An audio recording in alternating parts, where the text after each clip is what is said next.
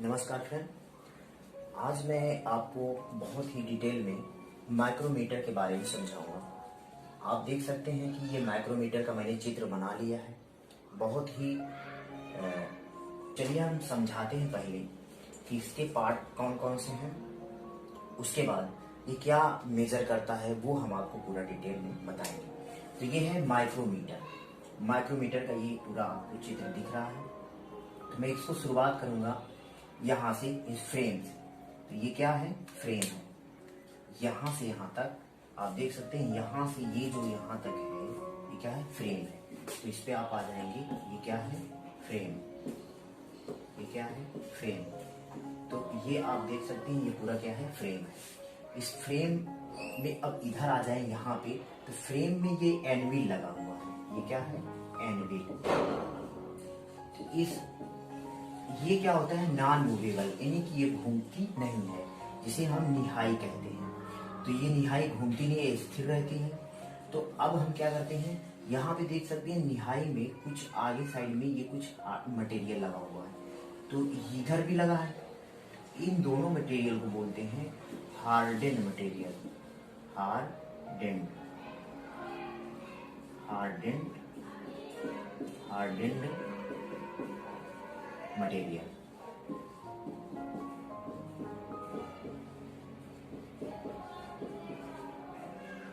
जब हम कोई जॉब को इसमें ग्रिप करते हैं, यानी पकड़ते हैं, ताकि इसके अगल बगल में जो फ्रिक्शन होने की वजह से ये जल्दी घिस जाएंगे, घिसने को रोकने के लिए ये हार्डेन मटेरियल के टिप्स जो है इस पे लगा दिए जाते हैं, ताकि अच्छे से जब पकड़े तो ये एक्यूरेसी लाने का पूरा प्रयत्न करे। इसलिए इसको हार्डेन मटेरियल लगा देते हैं। तो ये समझ में आया आपको? ये फ्रेम हो गया। ये है आपका एनविल।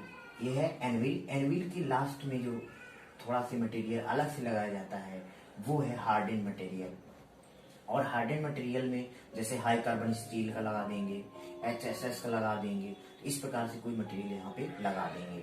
अगला देख सकते हैं यहाँ पे ये है स्पिंडल। ये क्या है? स्पिंडल।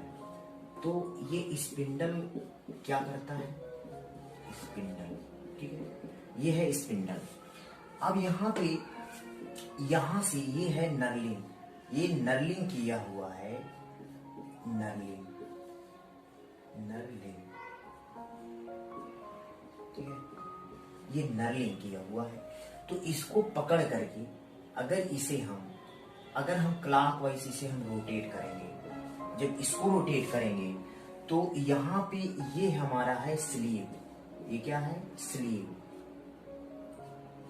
अगर हम इस स्लीव की बात करें, जब हम इस रोटेट करेंगे, इस रैचेट नट को हम क्या करेंगे? रोटेट करेंगे। रैचेट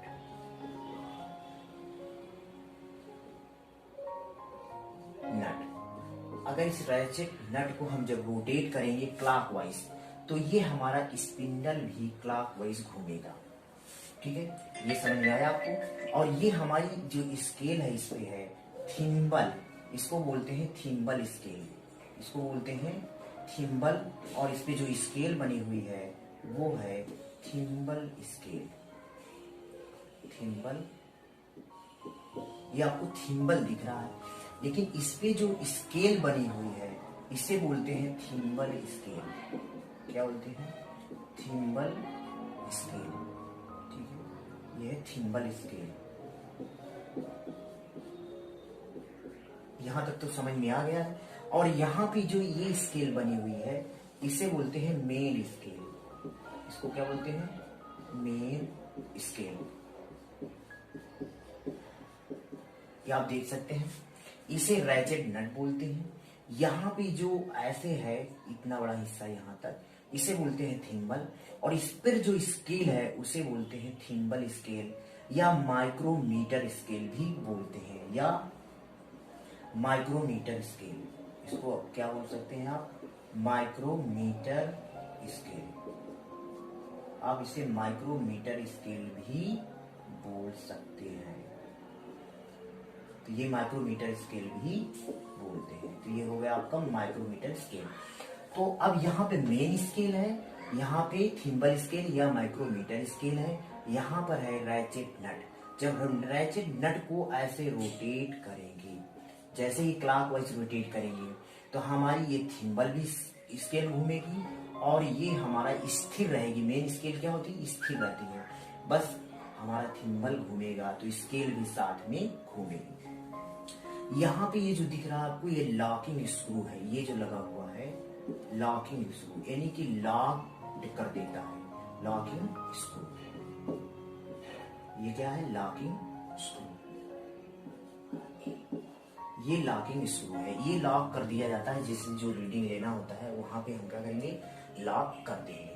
तो इस प्रकार से ये आप देख सकते हैं कि मैंने यहाँ पे समझाने का पूरा प्रयास किया है कि ये रैचेट नट है, ये थिम्बल है, ये स्लीव है। स्लीव पर मेन स्केल होता है और थिम्बल होता है जो उस पे vernier scale, sorry micrometer scale या इसे थिम्बल स्केल भी कहते हैं। इस प्रकार से ये आप समझ सकते हैं। ये है आपका स्पिंडल। स्पिंडल घूमेगा, जैसे ही क्लॉकवाइज घुमाएंगे तो क्लॉकवाइज घूमेगा। अगर इसे एंटी क्लॉक घुमाते हैं, जैसे इधर को हम घुमाएंगे रैचेट नट को, अगर हम एंटी क्लॉक घुमाएंगे तो ये भी एंटी क्लॉकवाइज घूमता है। तो ये समझ में आपको आ गया होगा। तो चलिए हम आपको आगे बताते हैं कि इससे हम क्या मेजर करेंगे और ये कैसे हम मेजर करेंगे। इसका लीस्ट अकाउंट कैसे होता है, जैसे कि लीस्ट अकाउंट मैंने पहले से लिख दिया है यहाँ पर। तो ये लीस्ट अकाउंट कैसे निकालते हैं मैं 2 तरीके से आपको बताऊंगा। आसानी के साथ आप लीस्ट अकाउंट को निकाल सकते हैं। तो चलिए हम बताते हैं पहले कि ये क्या मेजर करता है, ये किस सिद्धांत पे काम करता है। तो पहला से प्रिंसिपल इसका क्या है, ये किस प्रिंसिपल पे काम करता है। तो प्रिंसिपल आप जान लीजिए, प्रिंसिपल आपका क्या है। तो ये नट एंड बोल्ट के प्रिंसिपल पे काम करता है। किस पे? Bolt and nut. Bolt and nut के प्रिंसिपल, बोल्ट नट के सिद्धांत पे काम करता है। नट एंड बोल्ट के सिद्धांत पे काम करता है। तो इसमें आप मेजर क्या क्या कर सकते हैं। तो पहला पॉइंट भी ये है इसका, अगर हम मेजर करने की बात करें तो पहला पॉइंट में ये क्या मेजर कर सकते हैं, किसी प्लेट की लंबाई, चौड़ाई, मोटाई माप सकते हैं। तो यहाँ पे आप लिख सकते हैं, यहाँ पे लेंथ क्या माप सकते हैं, लेंथ क्या माप सकते हैं, इससे हम लेंथ नाप सकते हैं, यानी कि लंबाई क्या माप सकते हैं, लंबाई। हम इससे लंबाई माप सकते हैं। दूसरा इससे हम क्या नाप सकते हैं, मोटाई। मोटाई का मतलब थिकनेस, क्या माप सकते हैं, थिकनेस। मैं इसको कैपिटल में लिख देता हूँ, थिकनेस। हम इससे क्या माप सकते हैं, थिकनेस भी माप सकते हैं। थिकनेस का मतलब होगा मोटाई, ठीक है, मोटाई भी माप सकते हैं। इससे हम और क्या माप सकते हैं, चौड़ाई। चौड़ाई का मतलब विड्थ, क्या माप सकते हैं, विड्थ। विड्थ हम माप सकते हैं, यानी कि चौड़ाई भी इससे हम माप सकते हैं। तो क्या माप सकते हैं, चौड़ाई। और आपका चौथा इसमें क्या नाप सकते हैं, डायामीटर। क्या माप सकते हैं, डायामीटर। तो इसको मैं कैपिटल में लिख देता हूँ, डायामीटर। आप इससे डायामीटर भी माप सकते हैं, ठीक है। डायामीटर का मतलब हो जाएगा आपका व्यास। व्यास में जैसे कि आप क्या माप सकते हैं, किसी सिलेंडरिकाकार जो भी होगा, ये ऐसे करके अगर है तो इसका ये हिस्सा आप जो है बड़ी आसानी से मेजर कर सकते हैं।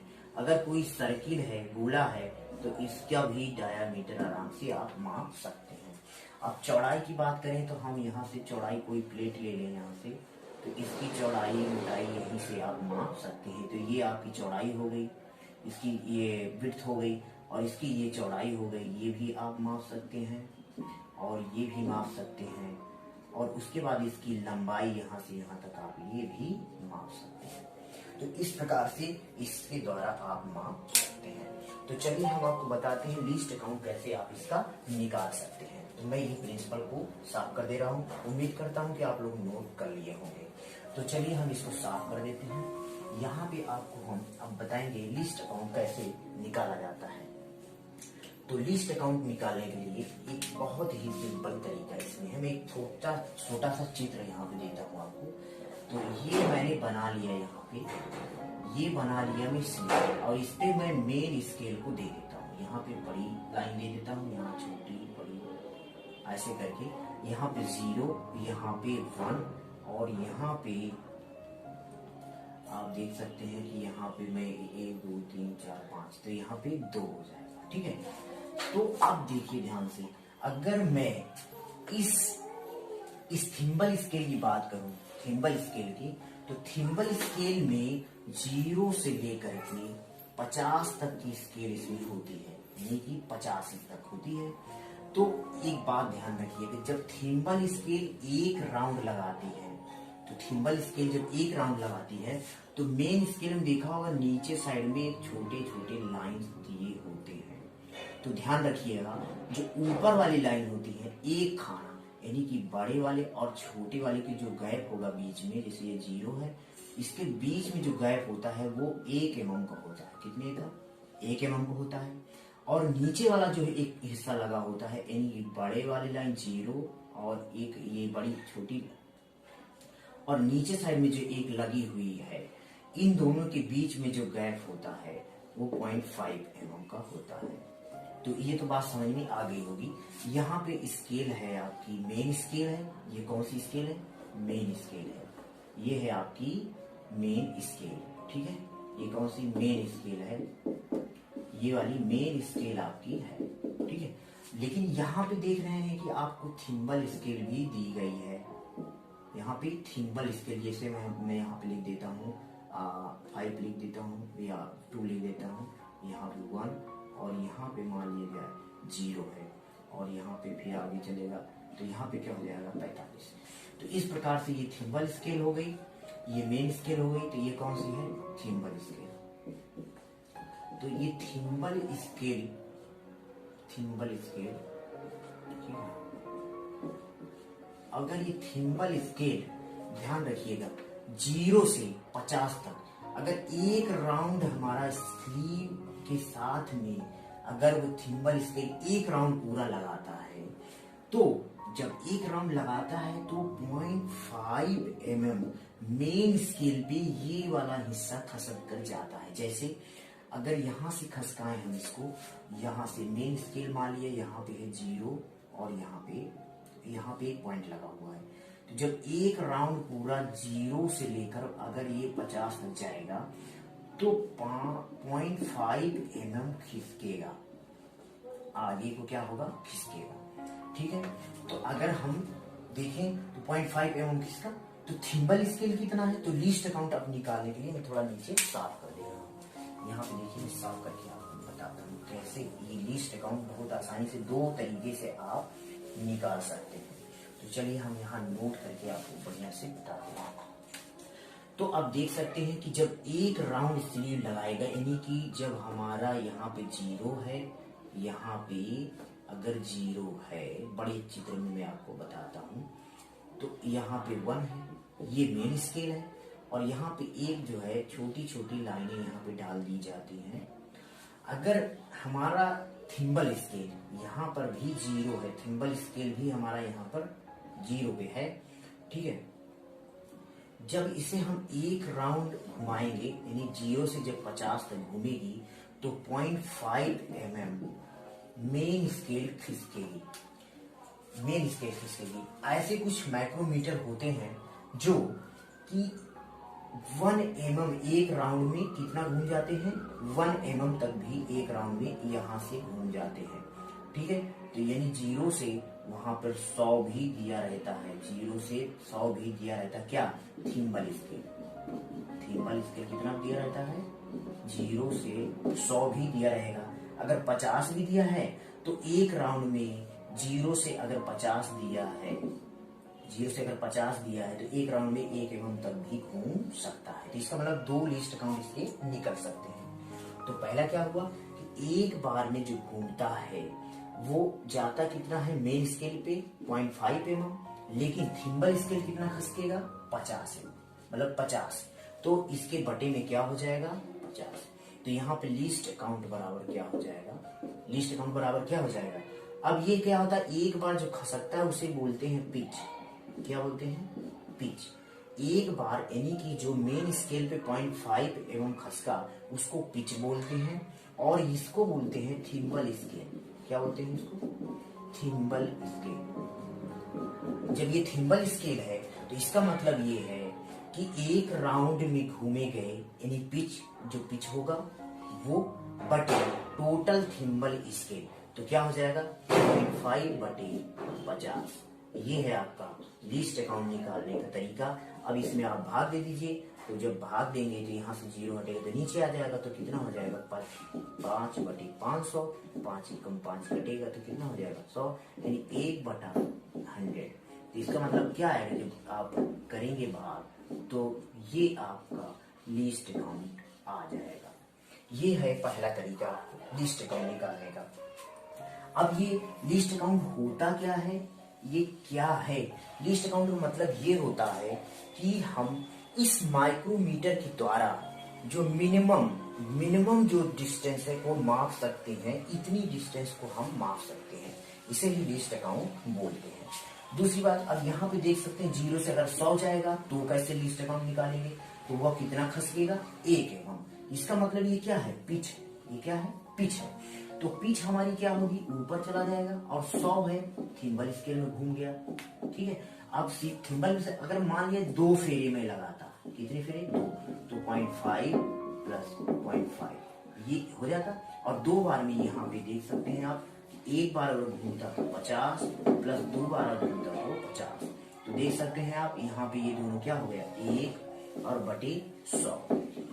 अब इसको अगर मैं भाग देता हूँ तो 0.1 mm आपके सामने यहाँ पे आ जाएगा। तो ये है आपका माइक्रोमीटर का लीस्ट अकाउंट। तो लीस्ट अकाउंट तो आपने निकाल लिया, लेकिन माइक्रोमीटर कई प्रकार के होते हैं, जैसे डिजिटल माइक्रोमीटर। डिजिटल माइक्रोमीटर क्या होता है कि हम जो स्केल लेते हैं वो ये सब चीजें नहीं दिखाई देती हैं, वो डायरेक्ट हमें काउंट करके तुरंत दिखा देता है। लेकिन ये हमारा मैनुअल माइक्रोमीटर, तो ये मैनुअल जो माइक्रोमीटर होते हैं यानी हाथ से घुमा के हम मेजर करते हैं, इसमें हमें एक फार्मूला लगा करके हम जो मेजर करते हैं उसका पूरा फाइनली डिस्टेंस निकालते हैं। तो चलिए हम आपको बताते हैं कि कैसे हम उस फार्मूले को लगाएंगे। तो मैं ये ऊपर का साफ कर देता हूँ, अभी मैं आपको फिर से थोड़ा से समझाने का प्रयास करूंगा। तो चलिए यहाँ पे देख लीजिए अच्छे से इसका फार्मूला क्या है, कैसे आप इसको निकालेंगे। तो चलिए देखें, यहाँ पे लिखते हैं हम मेजरमेंट, मतलब मेजर, हमें कुछ जो चीजें मापना है हम उसकी बात करेंगे। यहाँ हमने लिख दिया मेजर। ठीक है, मेजर बराबर क्या हो जाएगा, मेन स्केल, क्या हो जाएगा मेन स्केल। ठीक है, मेन स्केल प्लस आप पोस्ट के अंदर लिखेंगे लीस्ट अकाउंट, यानी क्या हो जाएगा लीस्ट अकाउंट इंटू क्या हो जाएगा आपका थिम्बल स्केल। क्या हो जाएगा थिम्बल स्केल, यानी कि हमारी जो थिम्बल पे स्केल आएगी वो हमें यहाँ पर रखनी होगी। तो यहाँ पे ये पोस्ट पर समझ में आ रहा है। तो अब क्या करेंगे, हम आपको एक चित्र बना के हम बताते हैं कि कैसे आप उसको फाइंड कर पाएंगे। तो चलिए हम आप थोड़ा सा साफ कर दें यहाँ पे। तो यहाँ पे जैसे हम साफ करके आपको एक फिगर बनाते हैं, जैसे हमने देखा यहाँ पे मेन स्केल हमने बना लिया।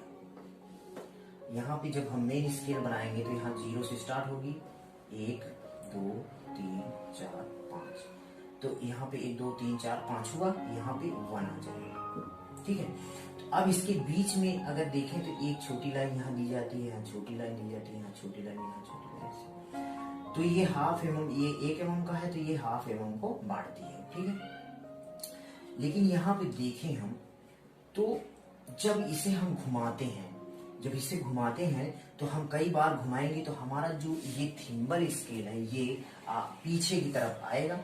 ठीक है, राइट घुमाएंगे तो अंदर साइड में जाएगा। अगर इसे हम ऐसे घुमाते हैं तो ये हमारा जो स्पिंडल है अंदर साइड में आएगा। अगर इसे मैं एंटी क्लॉकवाइज घुमाऊंगा, एंटी क्लॉकवाइज घुमाएंगे तो थिम्बल ये जो हमारा स्पिंडल होगा अंदर साइड की तरफ जाएगा।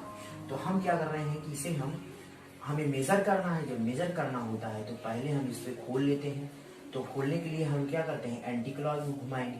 एंटी क्लॉक जब घूमेगा तो अंदर साइड जाएगा, तो जो हमें ग्रिप करना होगा यहाँ पे जैसे कोई जॉब को यहाँ लगाना है तो हमें उस हिसाब से घुमा करके उसे एडजस्ट कर लेंगे यहाँ पर। उसके बाद अंदर की रूट जब हम इसे ले जाएंगे तो हमें ग्रिप यहाँ पे मिल जाएगी। जब ग्रिप मिल जाएगी तो इस प्रकार से हमें दिखेगा, इस प्रकार से हमें ये जॉब को ये सामने हमने फंसा लिया, इसमें जॉब को हमने फंसा लिया।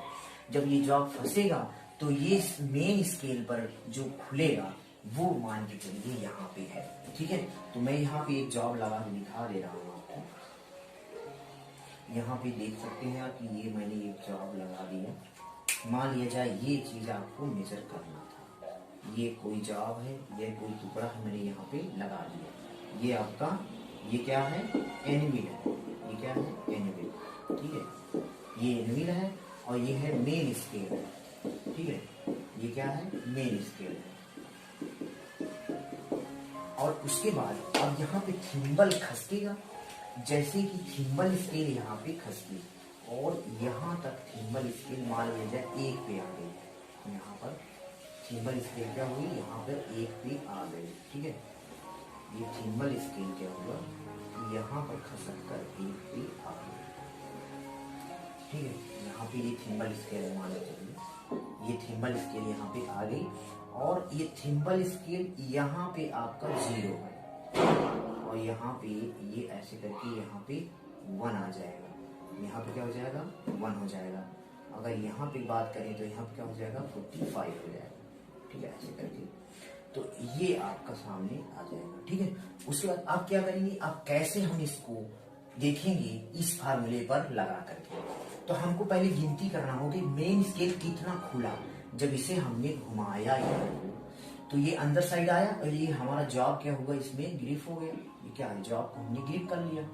अब ये डिस्टेंस हमको फाइंड करना है, ये डिस्टेंस हमको क्या करना है, फाइंड करना है कि ये कितना बीच में आएगा। तो यही तो हमको मेजर करना था यहाँ पे।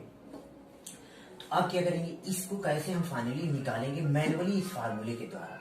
तो अब हम क्या करेंगे, मेन स्केल यहाँ पे लिख दिया हमने। देखिए मेन स्केल कितना होगा, तो mm को गिनती करना होगा, 1 2 3 4 5। तो मेन स्केल कितना हो रहा है, तो मेजर यानी हम m लिख दे रहे हैं यहाँ पे।